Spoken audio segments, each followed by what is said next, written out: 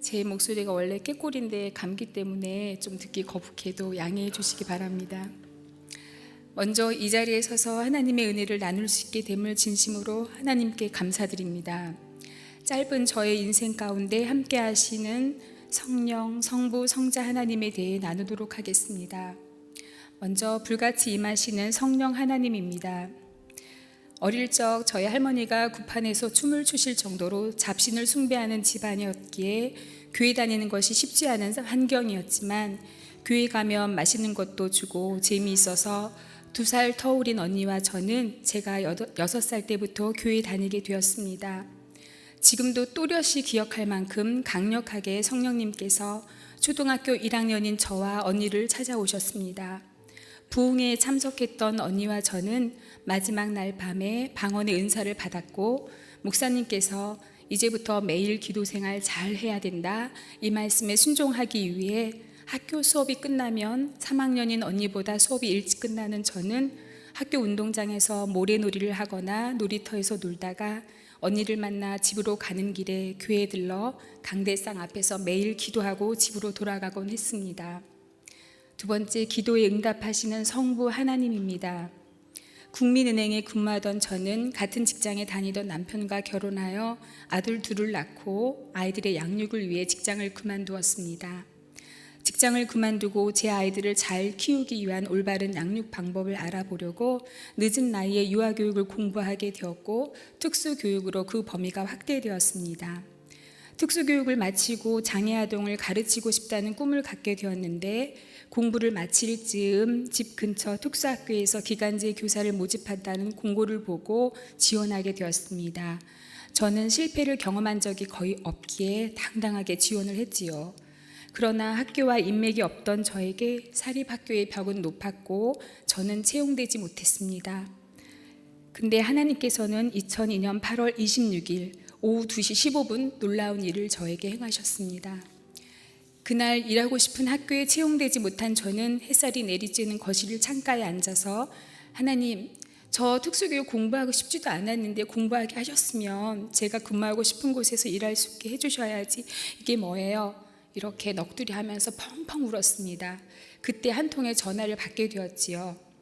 제가 근무하고 싶어 했던 학교에서 당장 출근해 달라는 것입니다. 재직 중인 선생님의 동창이 근무하기로 했는데 근무할 수 없는 사정이 생겨서 당장 다음 날부터 수업을 해야 했는데 교사를 구할 길이 없다는 것입니다. 저의 지원 서류를 접수했던 행정실장이 제가 떠올랐고 교장 선생님께 말씀드렸더니 당장 전화하라고 했답니다. 어떤 선생님이 제게 물었습니다. 김 선생님은 누구 소개로 이 학교에 오게 되었나요? 제가 대답했습니다. 하나님 소개로요. 세 번째, 지상 명령을 내리신 성자 하나님이십니다. 2002년 8월 저는 2 아이들과 함께 유럽으로 여행을 떠났습니다. 교회 건물은 화려했지만 교인은 없었고 교회가 술집이나 이슬람 사원으로 바뀐 유럽들, 특히 웨일즈 부흥운동이 일어나 세계에 복음을 전파했던 영국의 쇠락한 교회들을 보면서 마음이 너무 아팠습니다. 그리고는 저도 모르게 이렇게 기도했습니다. 하나님, 이 땅이 왜 이렇게 황폐하게 변했나요? 복음의 작은 불꽃을 이곳으로 다시 옮기겠습니다. 이 말은 그냥 단순히 흘러가 버리는 말이 아니었습니다. 아이들을 위해 이민을 가거나 조기 유학을 보내는 사람들을 이상하게 생각했던 제가 5학년을 마친 큰 아이를 영국으로 유학 보내고 그리고 1년 뒤에는 10살인 작은 아이도 영국으로 떠나보냈습니다. 사립기숙사 학교에 보냈기에 2 아이들을 위한 학비가 1년에 거의 1억 원 가까이 되었습니다. 저희 남편과 저희 수입으로는 감당이 어려워 하나님께 기도했을 때 친구를 통해 직장 생활을 하면서 사업을 할 수 있도록 해주셔서 수입이 많은 어떤 달은 한 달에 3천만 원 가까이 되도록 해주셨습니다. 놀랍지요? 비결이 궁금하신 분은 개인적으로 연락하시면 알려드리도록 하겠습니다. 하나님께 기도하지 않고 아이들과 함께 지내며 사업을 해서 영국의 복음을 위해 일하리라 이렇게 저 혼자 생각하고는 한국의 모든 것을 정리하고 영국으로 떠났지만 하나님께서는 저의 길을 철저하게 막으셨습니다. 영국에서 사업에 실패하고 2 손 들고 한국으로 돌아왔을 때 하나님께서는 한국에서의 새로운 삶을 준비하시고 저를 기다리고 계셨습니다. 한국에서 다시 일하게 된 곳이 어린이집입니다. 저는 매년 1월 1일이 되면 혼자서 기도원으로 기도하러 가곤 하는데 7년 전은 해마다 가던 기도원이 아닌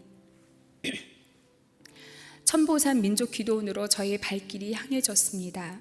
첫날부터 김용희 선교사님을 통해 말씀을 듣는데 하나님께서 영국 복음을 위해 아이들을 사용하실 거라는 생각이 계속 머릿속에 맴돌고 이에 순종하라는 말씀으로 대저 하나님의 모든 말씀은 능하지 못하심이 없느니라.